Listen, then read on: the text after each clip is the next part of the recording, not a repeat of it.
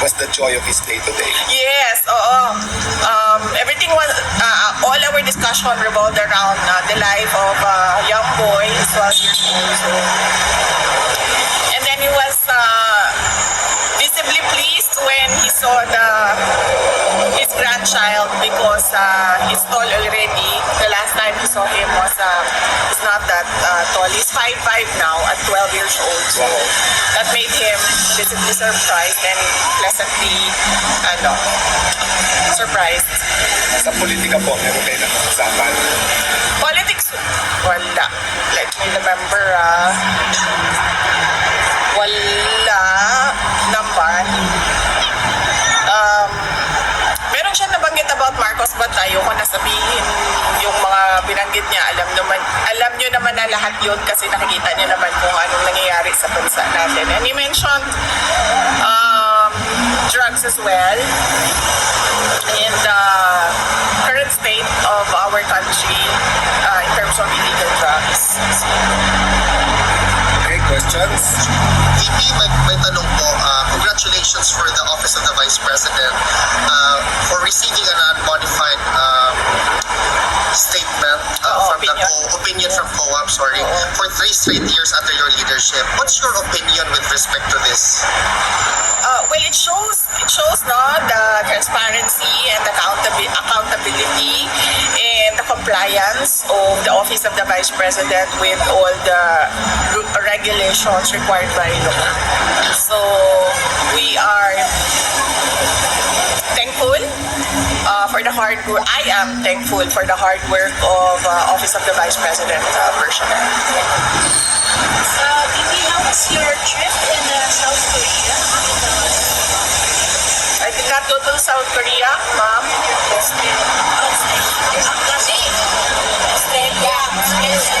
Australia? You answered a lot of questions about Australia. Oo, yes, ma'am. But are you planning to visit other countries? Yes, ma'am, there is a Filipino community event already confirmed on July 27 in South Korea. Oh yeah, that's the one. So, ano pong gagawin doon? It's a Filipino community program. They organized it and we were invited as speakers. Yes. Does it Yes, we confirmed on the schedule because I wanted to thank the Filipino community as well in South Korea. Personally, thank them. I've always been thanking and I've always expressed my gratitude to the Filipino communities worldwide.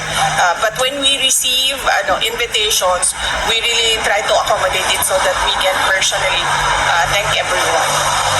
Does it mean po ba nandun po kayo sa South Korea during the SONA? Hindi. During the SONA, I'll be traveling back to the Philippines. It's the travel day from Korea. Vice President, ano po yung reaction ninyo, or what does it mean when you told your spokesperson of the Office of the Vice President, Attorney Ruth Castelo, that she will not be the attack dog of the Office of the Vice President? What's the motivation behind this? Because her job is for the institution, it's for the Office of the Vice President. No, it's not political, it's not for me. So that is why she will only bring good news, accomplishments, and announcements of the Office of the Vice President. Not the other woman. Atake sa inyo? No, we do not want to besmirch the reputation of our office. Lastly, kay spokesperson, so nabanggit po niya na meron daw pong additional na 70 million sa budget ng PBB for next year. So may current budget na namin ng PBM ay 903 million. Yes. And sabi po ni spokesperson Castelo, for additional employees po and other IT equipment, yung sa hostel. So, saan po gagamitin exactly yung IT equipment? So, ano po yung purpose ng additional employees? It is best since the Office of the Vice President already has a spokesperson, no? And she has been allowed to discuss matters regarding everything about the office. So let's just direct the questions to her when she does her press con. She will conduct a regular press con. I know this question has been asked many times. Yung impeachment na nakahak pa rin sa'yo, how are you going to address the allegations of, for example, fictitious names as beneficiaries of the fund? It can be very well addressed during trial. So our lawyers are preparing for the trial and collecting pieces of evidence and gathering affidavits from witnesses that they will present during trial. But let me just say this, no, na I think it is wrong for everyone to pick up as truth or as a fact all the pronouncements of the members of the House of Representatives, particularly with fictitious names, because there are rules in intelligence operations, and you already heard some of intelligence people who work in intelligence say that aliases are often used in intelligence operations. So, yeah.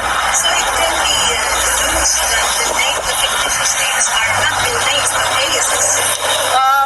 That can be discussed during the trial, ma'am. I do not want to elaborate on intelligence operations.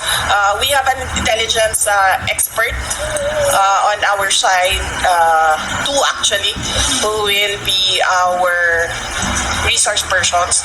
So let us wait for the trial. And as I said yesterday, if there is no trial, then I will answer it publicly. But I just want to wait what will happen to the articles of impeachment. Regarding naman po sa case ng inyong aba, so yung defense team po, si Attorney Kaufman, he seeks to present po yung Senate findings ng committee po or ng panel po ni Senator Hegue. So nakapag-usapan po ba ninyo yun ni Senator Marcos nung magkasama po kayo sa Malaysia? Tsaka sa tingin po ninyo, ano po ba maging effect ng paggamit ng kung papayagan po magamit itong panel reporting sa ICC case? I've not discussed the findings of the committee of Senator Marcos with her. I do not know. They had a private meeting. Attorney Kaufman and Senator Marcos had a private meeting here in The Hague when she came for the rally. And I do not know what they discussed. And Attorney Kaufman is careful as well on what he discusses with me because there are some things, there are many parts of the defense strategy that are confidential and are privileged between the lawyer and the client. Kamusta po pala yung inaayos ng oath-taking for mayor of your province sa loob ng Philippines? Oo. Hindi po ako nag-aayos ng oath-taking niya, ma'am. Inaasikaso po yun ng kanyang mga abogado sa Pilipinas. So, hindi ko po alam kung anong update ng mga lawyers niya sa Pilipinas. Andito po ako para bumisita kay dating Pangulong Rodrigo Duterte at magpakita ng support. Hindi ko na question. Nagkita na yung evidence ni Claire Castro na half of the evidence po is blanco na mga parameters that freely, drugs-free daw po hindi. Tapos masyado daw mga mga list. Pero half of that is empty. Ano po masasabi niyo? Well, it's not surprising coming from the administration, no? They fabricate many things and many accusations. So I would not be surprised if they fabricate data with regard to the drug situation.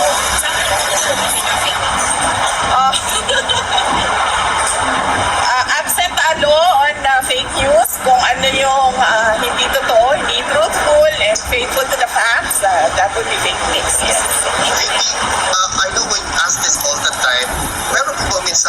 President Duterte sa mga kababayan niya? Kanina, masyadong mahaba kasi I'm sorry ha. Kanina, he had message for everyone. But it was so long and somehow hindi ko na nakuha lahat. I'm so sorry. Pero VP, to follow up on that, is our former president ever tired of us asking about his message to us? Kasi meron nagtanong dito. No. I ask him his message every day. Pero i-gist ko na lang yung kanina na sinasabi niya ha. Sinabi niya, lahat ng ginawa niya ay para sa bansa. At sinabi niya, hindi lahat ng mga nakakulong, he was directing it to my son actually. Sabi niya, not all people in detention are bad. I am not here because I am a kidnapper, I am a robber, I am a holdupper, I am a thief. I am here because I did things for my country. And I do not regret